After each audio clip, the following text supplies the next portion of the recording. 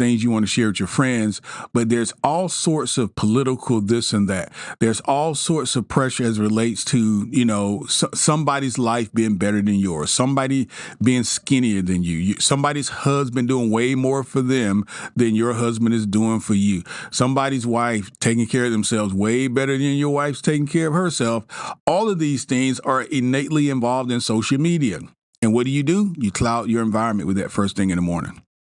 This is before you're setting your intentions. It's before you journal. This is before you meditate. Even if it's a little after, it's a whole lot to deal with in the morning. Third example, you work in a very silent space with no energetic stimulus, okay?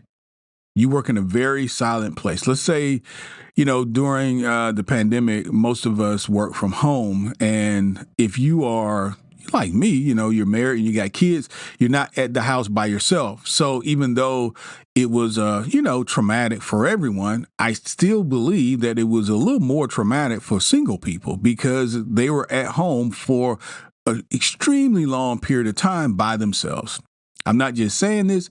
I know I am related to people who are single. My mom is a widower. And so she was there. She lives in a different state than I do.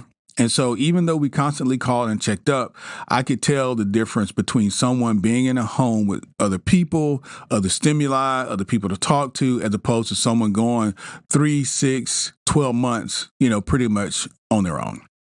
So let's say you work in an environment like that, where you pretty much a manager of processes and not people.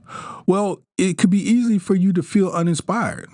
You're not getting the interchange of energy with other people. So many people are like, man, I wish I worked at home all the time. Now, that's an acquired taste. I work at home, and I'm telling you, it takes a special person to be able to do this because, number one, you do more work at home than you do at the office. That's number one. People think it's the opposite, but it is not.